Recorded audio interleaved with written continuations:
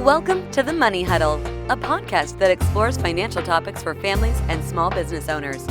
Hosted by Michael Baker and Ross Marinell. All opinions expressed by Michael and Ross or any podcast guests are solely their own opinions and may not reflect the opinions of Planners Alliance.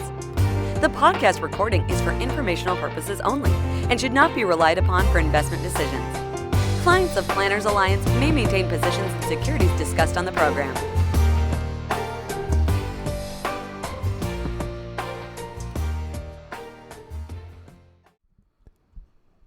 Welcome back to the Money Huddle. My name is Michael Baker, and I'm here with Ross Marinell. Hey, Michael, how are you today? I'm good, buddy. How are you doing? Doing awesome. So I found an interesting article I shared with you recently. I want to get your feedback on this real quick. Okay. So we had a little Bitcoin discussion. We did a little while back, and wanted to follow up on a story that came across that caught my attention.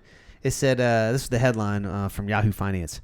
Cryptocurrency owners can't access funds after exchange CEO dies. Right. Because no one knows the password. I saw this article. Yeah. Dig in a little bit on that. It's great. So, apparently, obviously this is not something to laugh about. This young man, he had some complications to some medical issues, and he passed away. But he passed away with like the keys to the kingdom.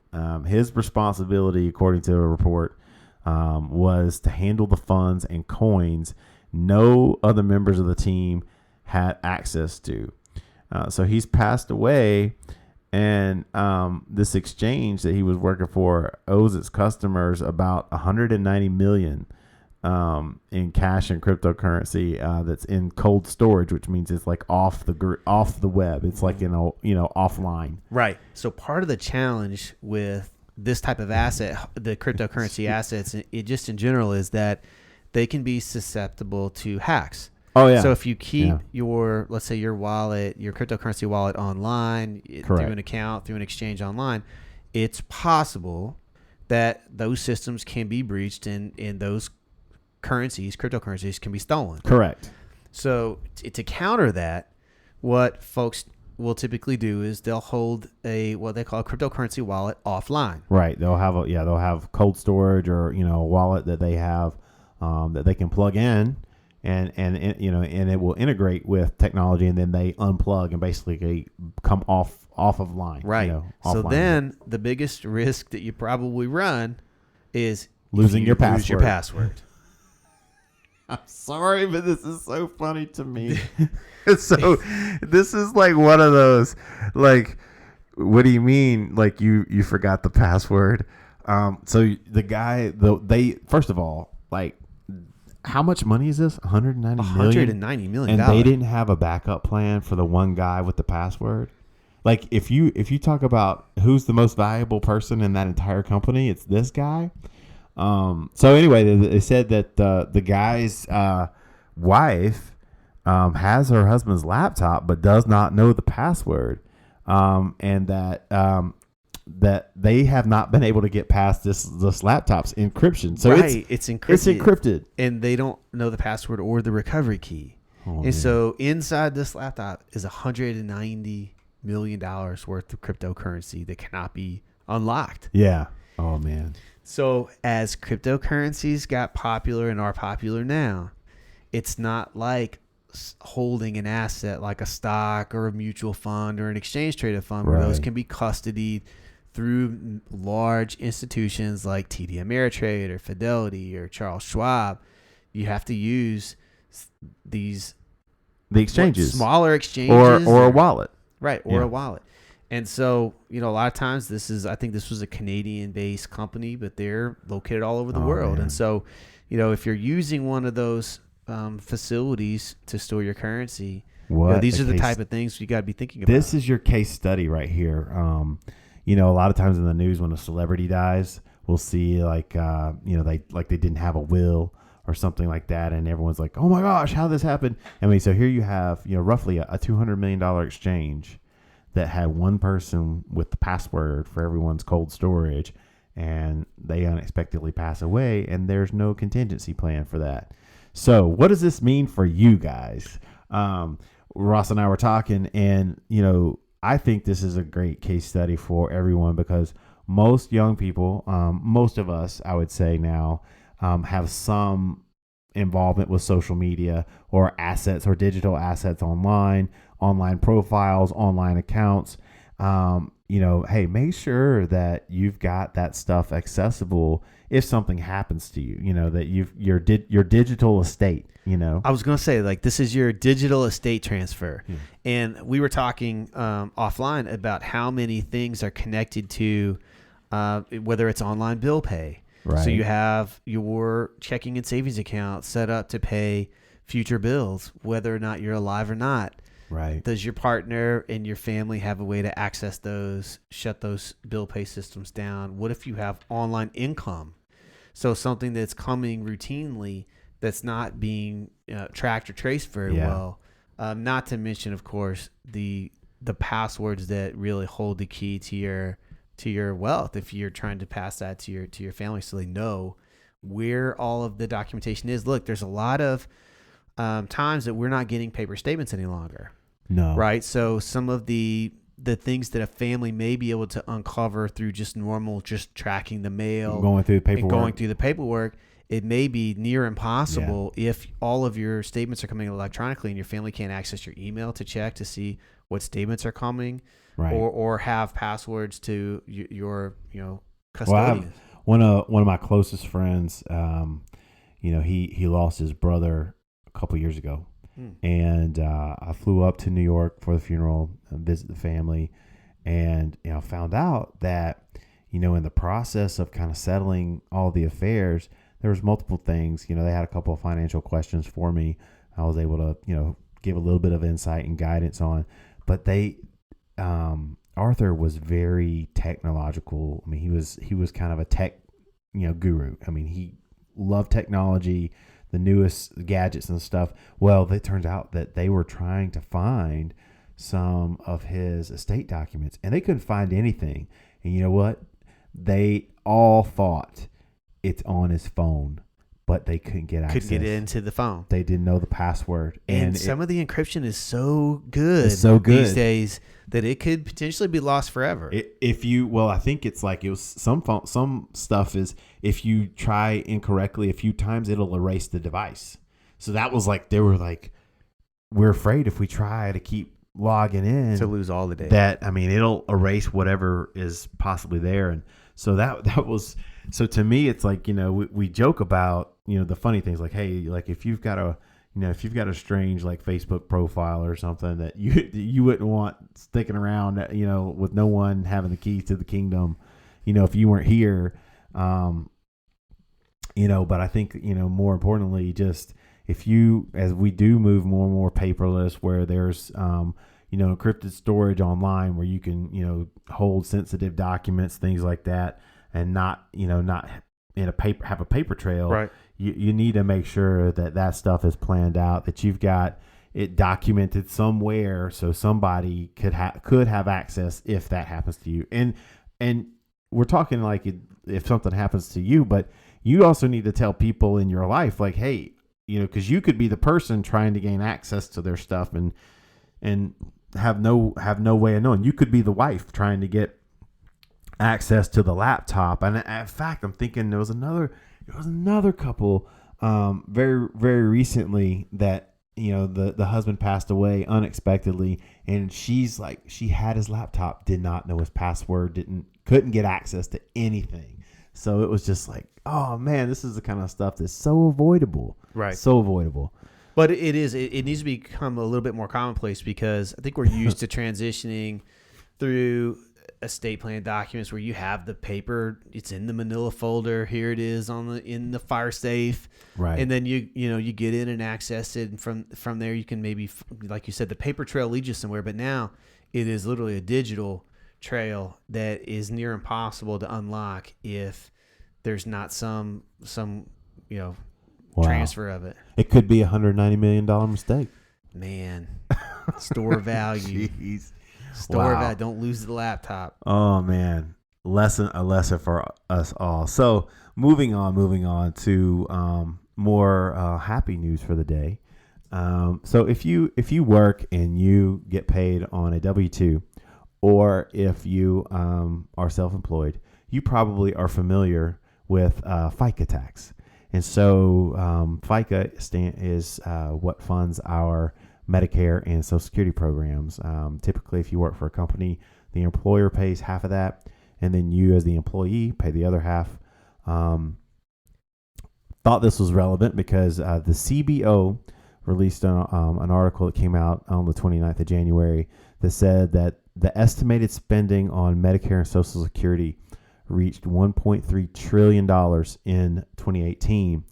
And they're saying if, under the current law, that they expect that to increase to 2.7 trillion in 2029. So in 10 years, Right. it's going not to that far. it's going to a little bit more than double. So Ross, what are we going to do? So we know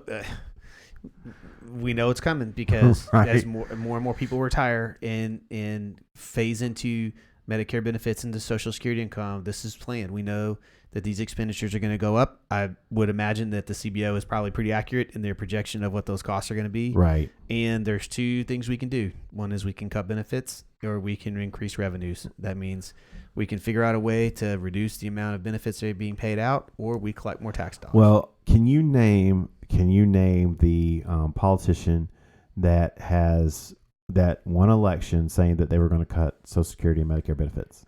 Right. So it's a There- political tightrope. There hasn't because, been one, at least not to my knowledge. No one has run on that platform and been elected. Listen, folks that are receiving Social Security benefits, it's a big voting cohort, Right. and they get to the polls, and it's going to be a tough thing for the politicians to thread. So no matter what side of the fence you're sitting on, look, there's a reality.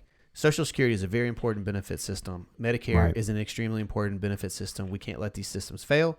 We've got to figure out a common sense way that we can bridge the gap to make sure that these benefits can last, not only for the people that are on the system, but as we talked about in the past, Right. for the younger generations that are going to pay as they go, right? These Yeah. are pay-as-you-go They're paying systems. into it. And we want to make sure that there's benefits on the back end for those people that are paying a chunk of their salary into it. So there have been some policy updates and some things that have happened. So why don't we talk Right. about that just a little bit? So, the Social Security is called there's a bill that's been introduced in Congress called the Social Security 2100 Act, introduced in the House and the Senate.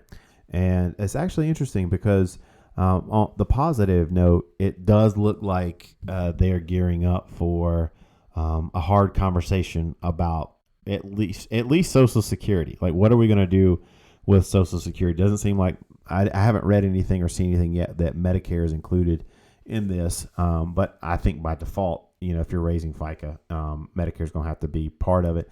And so there are multiple facets of the changes in the program. It's still these bills are likely in the committees right now, so they're way out on the horizon, but they're on the horizon, so it's something to watch for.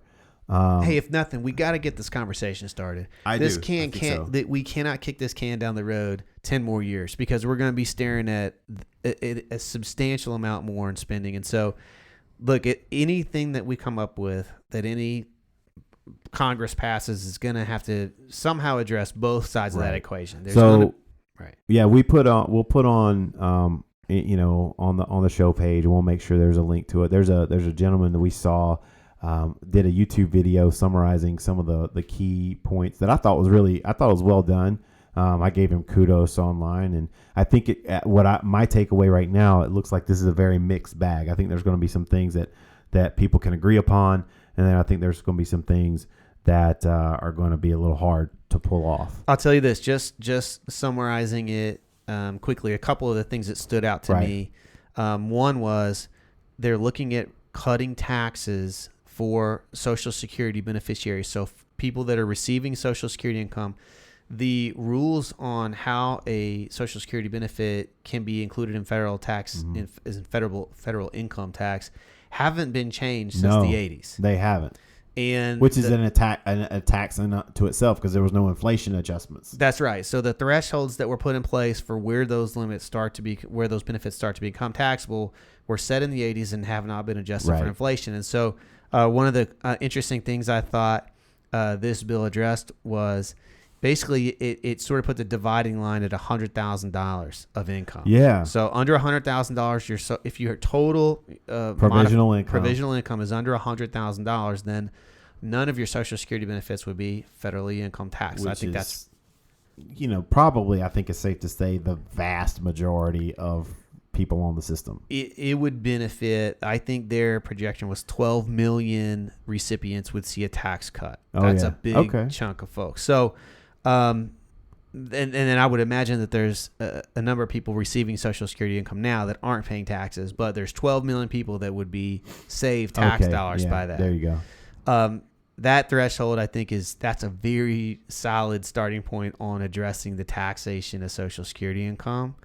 But of course, it's going to come with some revenue increases too. Oh, no question. And so one of the provisions that the bill talked about was having sort of a donut hole. Mm-hmm. So basically, you pay FICA tax up to $132,900 today. Right. So what that means is that there's a maximum of your wages that can be included for the FICA tax, and that number is $132,900. So basically, under today's law, anything you earn over that, is not gonna. They're not gonna pay the Social Security component. Correct. So the donut hole would basically be, hey, that's we're going to still stop there, and there's going to be a range of income that is not included in Social Security, but then it picks back up at any income over $400,000. So if you make over $400,000, you're going to get hit with Social Security tax again. That's right. That Social Security tax comes back. Okay. And I'm assuming that there's no top. So $400,000 plus, it looks like you're paying. Now you're getting a little. You could potentially have a little bit of increased Social Security benefit down the road, but it's going to be a lot of tax. Well, they got the formula for how they calculate it is probably not going to increase the maximum benefit too much. Correct. And one other thing to note is considering changing the protection. So right now, protection against inflation, the cost of living adjustment is based on the CPIE formula or the CPIW. Right. And they're considering then changing that to the CPIE, which this bill states is more in line with what a retiree's inflation may look like. But the one point I'll make here is that I think the cost of living adjustments going forward are what to watch if you're on the system. Because one, we've got to be prepared for, obviously, the inflation protection benefit of Social Security is one of the main drivers of why it works so well for people, is that it increases over time to hopefully maintain your purchasing power. And the other thing that we know has happened is Medicare Part B premiums keep going up. Right. Yeah. No. I mean they can't. Well, they can't raise the Part B premiums if they don't get cost of living adjustments in their benefit. That's right. So it's one of those trade-offs, right? If the Part B premium goes up and your cost of living adjustment is high enough that you can absorb that increased Part B premium without lowering your total net check, right? Then Part B premiums can be increased. So. I mean, so far, like again, it's like anything else. I mean, it's neat to see these things get introduced because for too long, no one's really wanted to talk about it.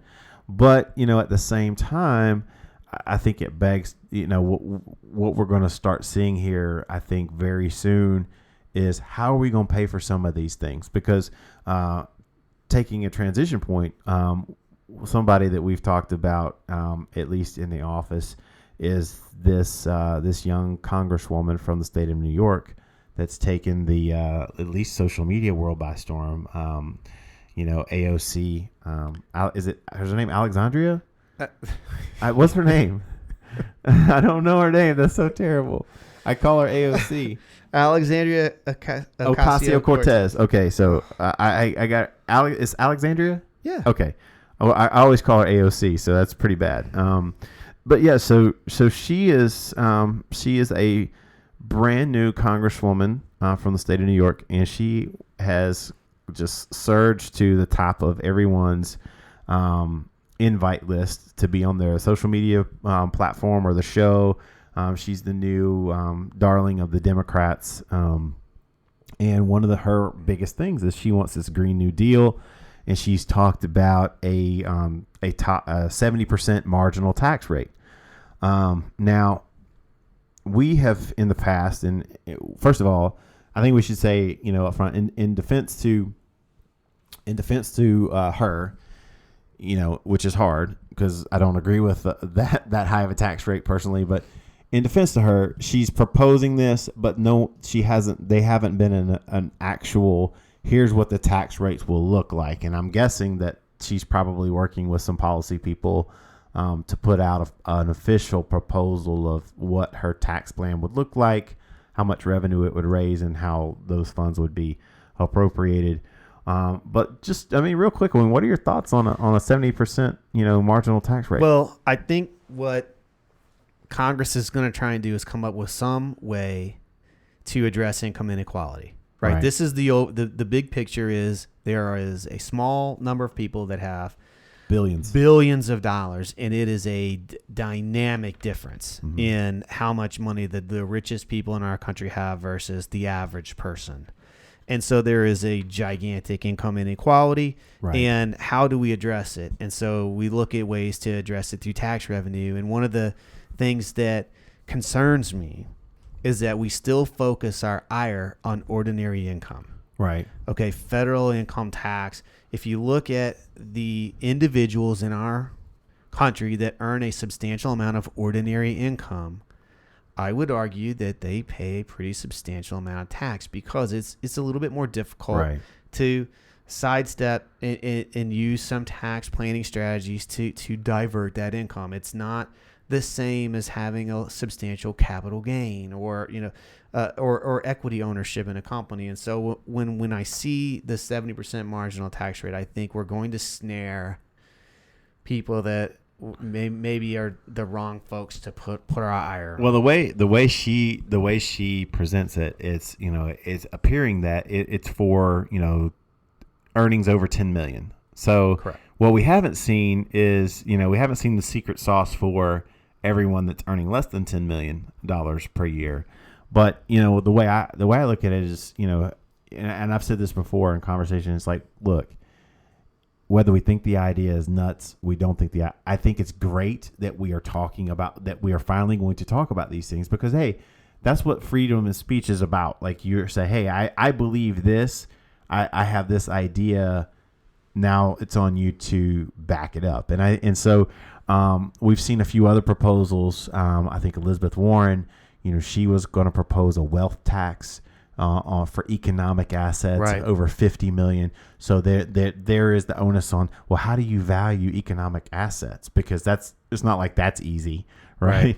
So you've got that. I think I read somewhere where Kamala Harris is wanting to experiment with like a universal basic income or some rent subsidies where basically, people that were living in, couldn't afford rent, that we were just going to, the government was going to provide them rent subsidies. And so all of this coming at a time where we just talked about, we've got two social programs that we already have on the books that are already currently being funded. There are already laws, Social Security and Medicare, that are going to go double in their expenses over the next 10 years. That's if we do nothing. And we're talking about possibly adding, additional programs or how are we going to pay for these things? So I think it's an interesting topic, but in practical terms, we always like to try to give some case examples. Sure. This was a guy named Aaron Donald. Right. He's like a stud defensive lineman for the Los Angeles Rams. And Aaron just signed a contract. What was his contract? I think he made a little over $40 million this year because he had a cash signing bonus. And, so we just had the Super Bowl. And one of the comments that came out from AOC was, listen, this bill is designed to not tax the players more, but to tax the owner. Well, Dan Crenshaw, who's another freshman congressman. Right. I don't know where. I call him Lieutenant Dan, but dude's a former Navy SEAL. Right. He's got an eye patch. He looks like somebody you would not want to mess with. But anyway, he made a joke, and AOC, was like, well, the players, the average NFL salary is $2 million, so this wouldn't affect them. It would affect the billionaire owners. So Aaron Donald would probably be impacted by this. I think he would be impacted by that. And I said, we're not too far away from Charlotte, North Carolina here, and we've got our NBA All-Star coming up in our hometown. Hero Stephen Curry is going to come back and play in the 3-point shooting contest. Obviously, he's on the All-Star team. Yeah, you better win. Look, I mean, in the 2019-2020 season, he's going to make $40,231,000. $40 million. $40 million. And is that just from playing basketball? Yeah. So that doesn't even include endorsements and other income he might get. Correct. But so this is the conversation: is what's the right level of tax for an individual to pay? Now, Stephen lives in the state of California, and it's not a cheap state to earn that kind of income. So when we talk about ordinary income, I just ran some numbers through. I use a site called smartasset.com. Right. And I just pulled up taxes in the state of California, and you can find this tax calculator and play with it a little bit. But basically, an individual earning that level of income would hit the top marginal tax rate, of course. That's 37%. In the state of California, their top marginal state tax rate is 13.3%. Okay. And then you obviously would pay some FICA tax, which is a little bit less because the income is so outsized. Right. But if you just look at the numbers, I mean, the total income. So I just did this off $10 million. Okay. Right, which is a lot of money. Okay, I'm not discounting that it's a lot of money. Right. $10 million's a huge amount of money. But on this site, using smartasset.com, I came back with a total income taxes paid of 52% off of $10 million. Right. That was an effective tax rate, federal income tax rate of 36.61. And we don't even have a clue of what kind of property tax they would pay if they own a home. Sure, sales tax. Yeah, all of that stuff. Yeah. FICA tax at 2.41, effective tax rate. State tax effective tax rate was 13.05. Now I'm just plugging in generic. Just plug $10 million in. Look, that's a lot of money to pay in taxes. And I think that, yes, that's a lot of income to make, but there's obviously value in what they do. There's enough money generated for them to earn that income. I don't begrudge somebody making a lot of money. He's won a few championships. And guess what? I mean, there's teams willing to pay for him to make that kind of money, but to pay a little over half your income in taxes, I think that's a lot of money to pay. That's just me personally. I'm not saying. I think. Well, here's the other thing. With the new tax bill, they capped all the state and local taxes. Deductions at $10,000.